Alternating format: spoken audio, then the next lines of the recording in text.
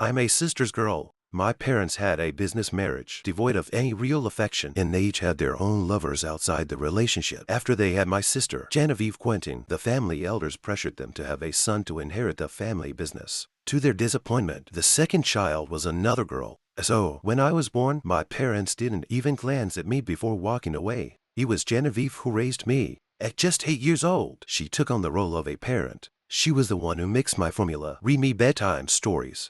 Once I started kindergarten, she personally took me to and from school. Rain or shine, our nanny, Mia, often reminisced. Whenever Juliana cried, no one could calm her down except Genevieve. Maybe it was because of our irresponsible parents, but Genevieve grew up exceptionally mature and reliable, earning the admiration of our family elders. She started working in the company before she was even an adult, excelling and quickly establishing herself. After graduating from college, she officially took over the family business. And then there was Meth, polar opposite of Genevieve, the quintessential spoiled rich kid, known for partying, never studying, and having a fondness for male models. People called me the useless Juliana who never amounted to anything without her sister. I didn't care. In fact, I was kind of proud of it. I had Genevieve to take care of me. Did they? Just jealousy, that's all. So when Genevieve suddenly asked me if I consider an arranged marriage, I agreed without hesitation. She looked at me, surprised. I thought you never wanted to get married. I shrugged. I guess I changed my mind. Maybe it's just time. That wasn't the truth, but I knew if Genevieve was asking, she had her reasons. An arranged marriage, fine. If it helped Genevieve, I didn't care. After all, it would probably end up like our parents' marriage's separate lives. No interference, just a facade. When I found out the marriage was to Liam Wentworth, I was even more pleased. We were the same kind of people, both notorious playboys and party animals in our social circle. He spent his days in a haze of parties, surrounded by his entourage of friends. I was a regular at clubs, with countless male models at my beck and call. In a way, we were a perfect match, and married life turned out exactly as I expected. Liam moved into the guest room without a word and was never home, practically a ghost. This arrangement of mutual non-interference suited me perfectly, and it came as a relief. At the club, my best friend, Vivian Quentin, laughed so hard she fell onto the couch after hearing about my dull married life. Do you know what people call you to? I was curious. What? That two-dimensional couple? Ha ha. I rolled my eyes dramatically. Vivian laughed for a while longer before finally sitting up, holding her side. Ew, pretending to be the queen of the nightlife. But you've never even kissed anyone, and now you're married. Does that make sense? I took a sip of my drink and smiled. You know my situation. Because of my parents, I never believed in love or marriage. I never wanted to fall in love, and I certainly never wanted to get married. But being born into a wealthy family, I didn't have much of a choice. So I spent my days partying at clubs, crafting this image of the wild Juliana. It was my way of keeping people at bay. After all, not many families want to deal with the drama of a scandalous daughter-in-law. Genevieve never interfered with this part of my life. It was our unspoken understanding. Vivian sighed. I just feel bad for you. Juliana, don't be so pessimistic. Look at me and Lucas, we're doing great. I raised an eyebrow. Stop it, Mrs. Perfect Husband. They say there's no true love in wealthy circles, but Vivian and Lucas were the exception, though they were also in an arranged marriage. Lucas treated Vivian like a treasure, the ideal husband in every way. At first, Vivian thought it was all an act, but over time, she fell for him. It turned out Lucas had been secretly in love with her for years. With their marriage of convenience turned real love storyline, they were so sweet that it was almost unbearable. As a friend, I was happy for her. Vivian blushed at my teasing, then glanced at her phone and gasped, "Oh no, it's midnight. My curfew's at 11:30. Lucas is on his way." She scrambled to grab her bag and leave. I wanted to say something but held back. A curfew after marriage? That sounded terrifying. Just then, a familiar figure walked through the door. It was Lucas Lombard. His gaze landed on Vivian, and she immediately shivered. "Honey, listen, Juliana just got married and was feeling anxious, so I stayed to keep her company." I rolled my eyes. "Wasn't it you who wanted to gossip?" Vivian frantically signaled me with her eyes, and I had no choice but to nod. Lucas smiled gently. "Then, my love, can we go home now?" Vivian nodded like a bobblehead and immediately took his hand. He pinched her waist and whispered something in her ear, turning her face as red as a tomato. I shook my head, silently mourning for her. Her waist was definitely not surviving the night. Before leaving, Lucas glanced at me. "Should I call Liam to pick you up?" I replied coolly, "No need. We don't have a curfew." He smiled faintly but didn't say anything. There was something in that smile I couldn't quite place. Not long after they left, a server brought me a bottle of wine. I didn't think much of it, assuming Vivian had ordered it earlier. but after one glass, my head started to feel heavy. Something was wrong. I quickly called Genevieve. My body was burning up, and I pinched my thigh to stay alert. When the call connected, I quickly explained, "Genevieve, I think I've been drugged. I'm in the VIP room 301 at the club. Come get me." Fast, someone pushed the door open. I muted the phone and slipped it under the couch. As he approached, I recognized him, the server from earlier. I tried to stay calm. "Who are you?" He chuckled, lifting his head. It was him, Benjamin Lee. "Juliana, remember me?" My body was already weakening, but I forced a scoff. "Oh, it's you, here for revenge." He stepped closer, towering over me with a vicious grin. "Good, I was worried you'd forgotten. It wouldn't be as fun if you had." He leaned in, his voice dripping with malice. "When you got mixed up, did you ever think you'd end up at my mercy? This drug wasn't easy to get." Imagine everyone's reaction when they see the high and mighty Juliana reduced to nothing beneath me. I clenched my fists, my voice icy. "Benjamin, you're as despicable as ever." Benjamin was a scholarship student at my high school. He'd stormed into the broadcasting room to confess his feelings for me, egged on by others, and made a spectacle of it. When I rejected him, he retaliated by spreading vile rumors about me. The next day, my desk and chair were covered in obscenities, and everyone waited to see me humiliated. But I calmly documented the evidence and called the police. Those involved turned on Benjamin, and he was expelled. But I didn't stop there. Genevieve had the school identify everyone involved. They were forced to apologize publicly and were given disciplinary records. After all, our family had donated several buildings to the school. By the afternoon, they had no choice but to apologize. Genevieve could have ruined their family's businesses without breaking a sweat. I never thought Benjamin would come back like this. His face twisted with rage. "You bitch, let's see if you can still talk when I'm done with you." As he reached for his belt, I gripped the wine bottle hidden behind me, but the drug was taking hold. My eyelids grew heavy, and my body felt like lead. My heart sank. Just then, the door was kicked open. Benjamin was slammed into the table with a brutal punch. I heard the shatter of glass. As my vision blurred, I was lifted into a cool, steady embrace. Instinctively, I wrapped my arms around his neck. "Juliana, it's okay. I've got you." His voice was low, trembling with relief.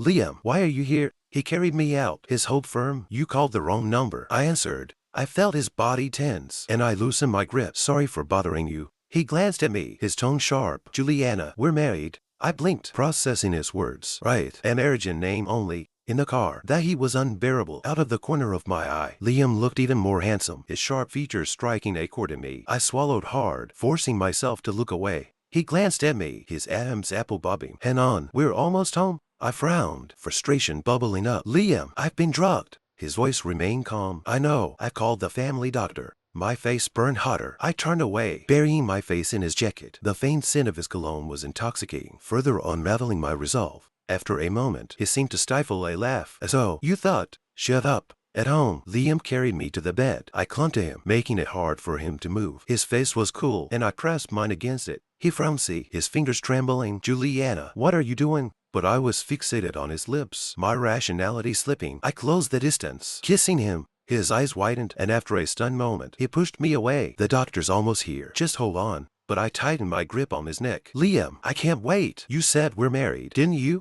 The room fell silent. His dark eyes locked onto mine, filled with an intensity I'd never seen before. "Juliana, I'll ask you once. Are you serious?" My rationality flickered briefly, but before I could respond, his phone rang. He answered, his gaze still fixed on me. "Mr. Wentworth, I'm here." Liam didn't speak, waiting for my answer. The words caught in my throat as I stared at him, my hands tightening involuntarily. Liam chuckled softly, the sound clear in the quiet room. "Dr. Smith, we won't be needing you after all. Thank you. I'll ensure you receive a raise by the end of the month." He hung up and tossed the phone aside before I could react. His lips met, mine cool, firm, and electrifying. When I woke up, my head was pounding. I instinctively tugged the blanket up when I noticed the person next to me. Liam slowly opened his eyes, his tone just covered in red marks that stood out starkly against his skin. I swallowed hard, my gaze darting away, too embarrassed to look directly at him. He propped himself up on one elbow, watching me with an amused expression that was a stark contrast to the intensity of last night. "Miss Quentin, aren't you supposed to be experienced? Why was your kissing so clumsy? You even bit my lip." His voice was lazy, teasing.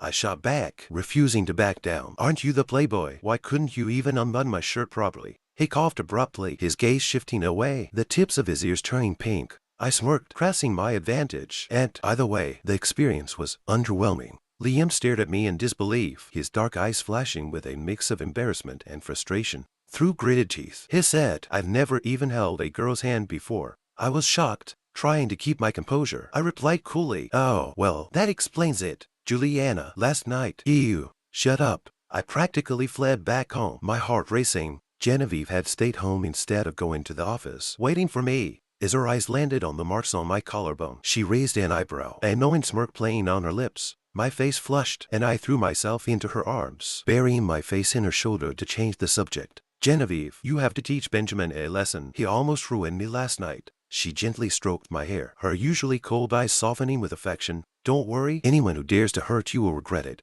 Her voice was icy, despite her beautiful features. I stared at her, my eyes filled with admiration and dependence. A femme fatale, absolutely stunning. "Genevieve, do you think he had accomplices?" She glanced at me. Of course, Benjamin was just a mechanic with a gambling problem a while ago. How could he suddenly become a server at a high-end club? My heart sank. So, his accomplice was someone from my own social circle, Simeon, who wanted to destroy me. "Can you find out who it is?" Genevieve's eyes turned cold. "Benjamin's keeping his mouth shut, probably because they promised him something. But don't worry, I'll get him to talk." I smiled, pressing my face into her chest. "Genevieve, I love you so much." She chuckled. "Enough flattery. Now, tell me about you and Liam." Being around Liam suddenly felt awkward. He, on the other hand, seemed to be everywhere I was, which was unusual for him. There was a palpable shift in the atmosphere between us, but I wasn't ready to confront it. I made an excuse to stay at home for a few days. When Vivian found out what had happened, she insisted on coming over to keep me company. She was still shaken. "I'm so sorry, Juliana. I shouldn't have left you alone there. What if something really happened?" I patted her shoulder. "It's not your fault. Benjamin was targeting me. He must have been tracking my movements, waiting for me to be alone. Besides, I'm fine, aren't I?" After some coaxing, she finally smiled. "So, I heard things between you and Liam are heating up." My face warmed. "Who told you that?" "Lucas, of course. He said Liam's been strutting around like a peacock lately." All smiles. It's hard not to notice. I was stunned. Given our relationship, that didn't make sense. Vivian leaned in, grinning too. "You think Liam's been secretly in love with you all this time?" I dismissed the idea immediately. No way. We barely interacted. There was no history of me helping him or anything that would have made him fall for me. We'd known each other since childhood, but we'd hardly spoken. We were just acquaintances. Still, a strange feeling stirred in my chest. His newfound cheerfulness couldn't be because of me. Vivian glanced at her phone and suddenly looked furious. "At Lucas, I'm gone for one day and is already out partying with a woman." I yawned. "We do the same thing all the time. Don't worry, he wouldn't dare do anything." Vivian gave me a meaningful look. "Do you know who the woman is?" "Oh, Rosalind." I sat her up straight. Rosalind Montague was an old acquaintance. She was the daughter of the Wentworth family's housekeeper, around Liam's age. The Wentworths had treated her well, sending her to the same school as Liam and even including her in his private tutoring sessions. They'd practically grown up together. In middle school, Rosalind followed Liam everywhere, claiming she needed to take care of him. Everyone joked that Liam had a little shadow. I once witnessed their dynamic firsthand. Liam was heading out after school to meet his friends. Rosalind trailed behind him, timidly tugging at his sleeve as she softly said, "Liam, please don't go. I can't bear to see you go down the wrong path." He shot her an impatient look, his tone icy. "Rosalind, could you stop hovering around me? It's annoying." Her tears fell in big, dramatic drops, her lips trembling in a way that would have softened anyone's heart. But Liam showed no mercy, his eyes flashing with annoyance. "That act doesn't work on me. Go tattle to whoever you want. Just leave me alone." Yet, the next day, Rosalind was back at his side as if nothing had happened. I had to admire her persistence. Everyone could see Rosalind had feelings for Liam. Over time, people started betting on whether Liam would end up regretting it to the core. But fate had other plans. Married me, someone he barely knew. Vivian dragged me to the club, fuming. "He tells me not to go, then has fun without me. I can't let this slide." Reluctantly, I went along. I was curious to see if Rosalind still had feelings for Liam, just for the gossip, of course. I didn't expect Vivian to barge in so boldly with me in tow. The lively atmosphere frowsy the moment we walked in. Liam's eyes locked onto me, and he quickly set down his glass. I could have sworn I saw a flicker of guilt in his expression. Lucas stood up smoothly, wrapping an arm around Vivian's shoulders. "Honey, you came to pick me up. Let's go home." Vivian gave him a cold look. "Why the rush? You seem to be having fun. Let me join in." Lucas rubbed the back of his neck, whispering in her ear, "I sent you that photo to make you come get me. Punish me all you want when we're home." Vivian's eyes widened, and her anger deflated instantly. I wanted to facepalm. Vivian's completely wrapped around his finger. Liam's friends recovered quickly, egging us on. Since you're here, join us. Liam's dark eyes gleamed under the club lights, his shirt slightly unbuttoned, exuding a lazy, restrained charm. My mind unhelpfully flashed back to the other night, to the raw possessiveness in his gaze. My heart raced. Vivian glanced at me, cheeks pink. Juliana, maybe we should stay for a bit. With no other choice, I nodded. Under everyone's intense stares, I sat her next to Liam. Rosalind had been sitting on his other side, but now I was effectively separating them like I was breaking up a couple. I could feel her hostile gaze boring into me. The surrounding rich kids exchanged knowing looks and smirks. Liam cleared his throat, a faint smile playing on his lips. What are we playing? Truth or dare? Whoever the bottle lands on has to answer honestly, no lying. I sipped my drink, knowing this crowd loved stirring up drama. A childhood friend versus an arranged marriage. This was prime entertainment. Little did I know I'd become the main attraction. I shot a glare at Vivian and Lucas, who were practically glued to each other. This was all their fault. When I turned back, Liam's deep gaze met mine. The bottle landed on Rosalind. The questioner grinned mischievously. All right, is there someone here you like? She lowered her eyes shyly, her voice soft. Yes. All eyes turned to Liam. It was obvious who she meant. Rosalind glanced at him, her expression a mix of hope and adoration. It was like I didn't even exist. Too bad her efforts were wasted. Liam kept his eyes down, not sparing her a glance. But while his face remained neutral, his hand found mine under the table, his fingers gently intertwining with mine. I tried to pull away, but it held on, his touch tender and persistent. The sight of our matching wedding bands made my face heat up. After a few more rounds, the bottle finally landed on Liam. Under Vivian's intense prompting, Lucas cleared his throat and asked, Is the person you like here right now? Liam glanced in my direction. Yes. My heart skipped a beat. One of the rich kids couldn't resist adding, How long have you liked her? Liam took a sip of his drink, and I thought he might not answer. But then, in a low, husky voice, he said, For almost 10 years. The room fell silent. Vivian's expression darkened, her eyes blazing with anger. Lucas looked at her helplessly, his gaze full of affection. Rosalind frowned, her eyes lighting up with unmistakable love and triumph, as if she'd just won a prize. All eyes turned to me, the weight of their stares unbearable. Humiliated and furious, I clenched my fists, nails digging into my palms, and stood to leave. Liam caught up to me, grabbing my wrist firmly. I tried to pull away, but it pinned me against the wall, his eyes dark and unreadable. Where do you think you're going?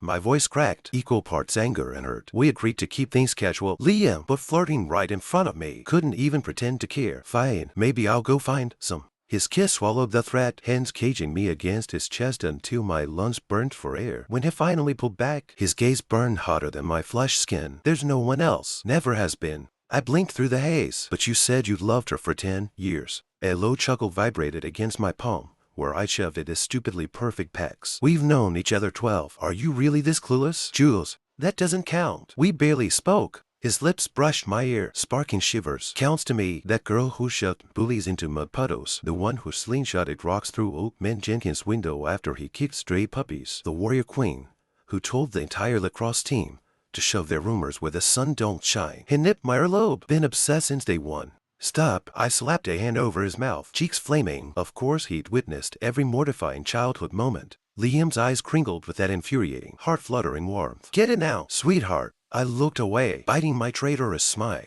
The irony wasn't lost on me when Rosalind summoned me to some pretentious Soho coffee den. She wasted zero time. We need to talk. I sipped my oat milk latte slow, letting her squirm. Do we? Her sugar-coated facade cracked, revealing the viper beneath. You saw us yesterday, Liam and I. There's history. Your marriage of convenience means nothing. Back off. I arched a brow. Did he tell you that himself? The history part. Color flooded her cheeks. He's loved someone 10 years. We grew up together. Who else could it be but me? Only I truly understand him. You probably don't even know his favorite foods. Do you? I laughed. Honey, that's what takeout apps are for. She struggled to maintain her composure, her face flushing with humiliation and anger. I added, if you were so certain of yourself, you wouldn't have come to me today, would you? Rosalind's face paled, her eyes burning with smoldering resentment. And what you're doing meddling in someone else's marriage makes you the homewrecker. She stared back with an unwavering gaze, not an ounce of shame. The real homewrecker is the one who isn't loved. Your marriage is a sham, doesn't love you. What's the point?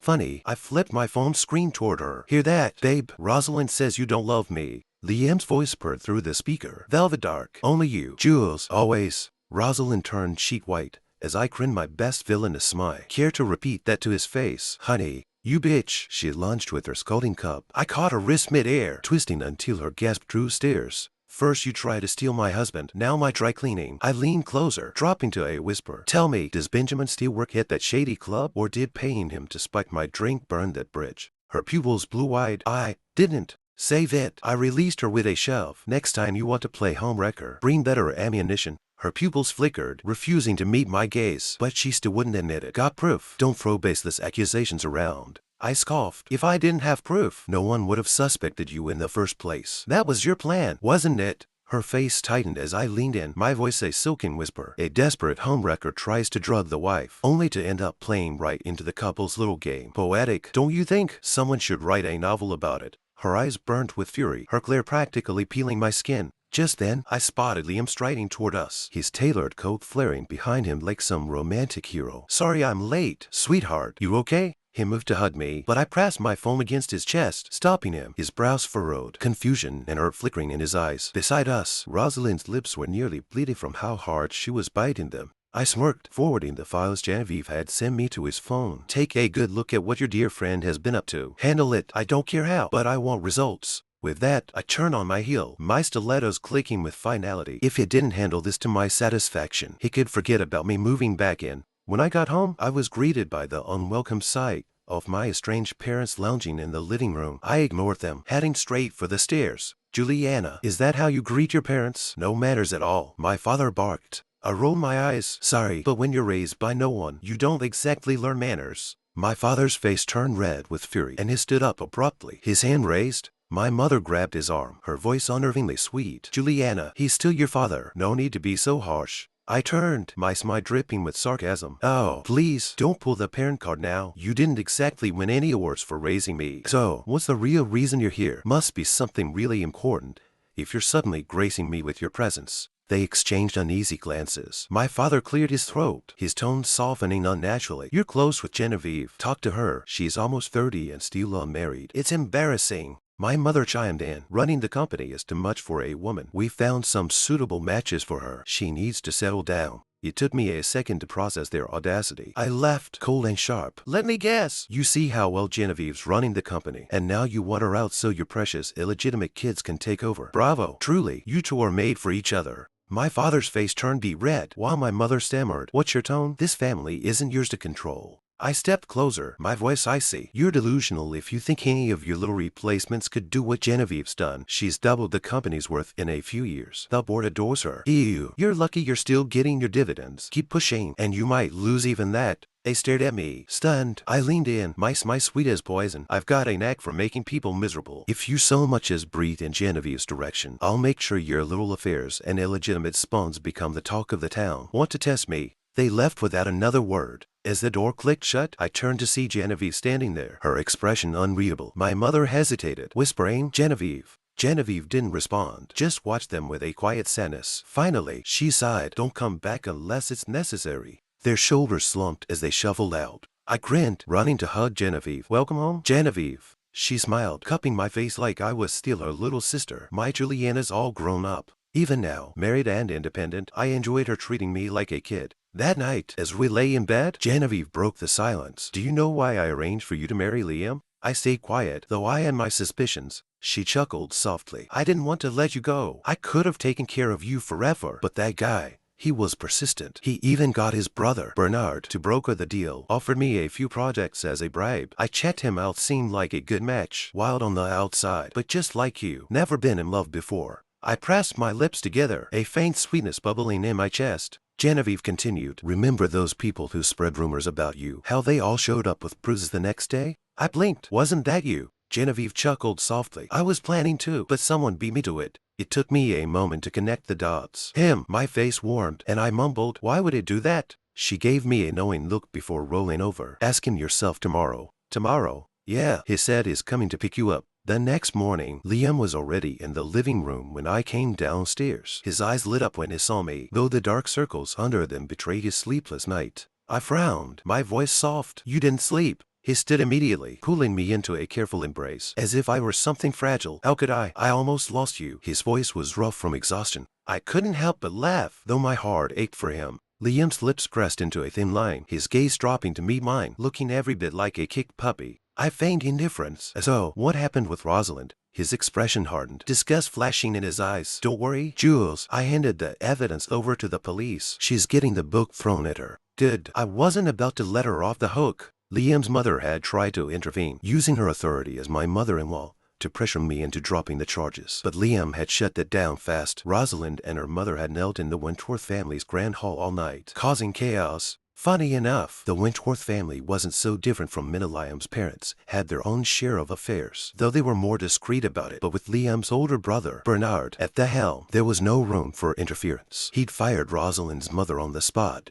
and ensured Rosalind faced the law. Liam's parents had raged, calling him ungrateful, but it didn't matter. No one cared what they thought. On the drive back, I finally asked the question that had been nagging at me. Why did you act like such a playboy all these years? He glanced at me, a smirk playing on his lips. First, to avoid getting dragged into the family business. Second, well, you tell me. I looked away. Surely it wasn't because of me. Liam let out a low laugh, but there was a hint of bitterness in his tone. Someone once said they liked guys who looked the kind, who hung out at bars and clubs. Said it made them more Emily. I frowned. See, I never said that. Wait, I had. Back in high school, tired of constant confessions, I blurted out, I don't like nice guys. I like the rebellious, honesty kind, who live in bars and treat alcohol like water. That's Melly. I thought it was a clever way to scare off admirers. Little did I know, Liam had overheard and taken it to heart. Guilt washed over me. I didn't mean. He cut me off with a grin. So, sweetheart, for the sake of our marriage, can I stop pretending to enjoy whiskey? That's tough file. My face burned. I never asked you to drink it. At a red light, he leaned closer, his breath brushing my ear. Now that I've got you to keep me in line, I don't have to envy Lucas anymore. Suddenly, Lucas's knowing looks made sense. His whole friend group had been in on it. I glared at Liam. Then, unable to resist, I grabbed his face and kissed him hard. His eyes widened, his composure slipping for a split second before he deepened the kiss. Jules, he murmured, pulling back just enough to speak. You're going to cause an accident. I smirked. Liam, do you have any plans coming up? I'm a kept man living off my brother's generosity. I got all the time in the world. Right, we were both the useless rich kids, mooching off our older siblings. In that case, I said, my grin widening, let's go on a proper honeymoon. His smile matched mine. Thought you'd never ask. As the light turned green, we drove off, the road stretching ahead of us. No plans, no destination, just us. And for once, life felt exactly as it should be. Epilogue. After our trip, I brought Liam back to my place, eager to surprise Genevieve. But instead of a warm welcome, we walked into a scene straight out of a soap opera. There she was, Genevieve locked in a heated kiss with a man. When they finally broke apart and turned around, my jaw nearly hit the floor. It was Bernard, Liam's older brother. I opened my mouth to scream, but Liam clamped a hand over it, his other finger pressed to his lips in a silent shush. Without a word, he scooped me up and carried me back to our room, leaving the two of them oblivious. My mind was racing. What the hell is going on? Liam leaned against the door, his voice low and teasing. Think of it as a power couple situation, merging families, so to speak. I stared at him, too stunned to respond. He shrugged, a smirk playing on his lips. At least we don't have to worry about going broke anytime soon. I poked at his ridiculously toned abs, pouting, what are we supposed to do now? We can't exactly go out there. He caught my hand, his eyes darkening as they locked onto mine. Then we'll just have to find something else to do. His voice was a low, dangerous rumble that sent shivers down my spine. I grinned, looping my arms around his neck and pulling him down for a kiss.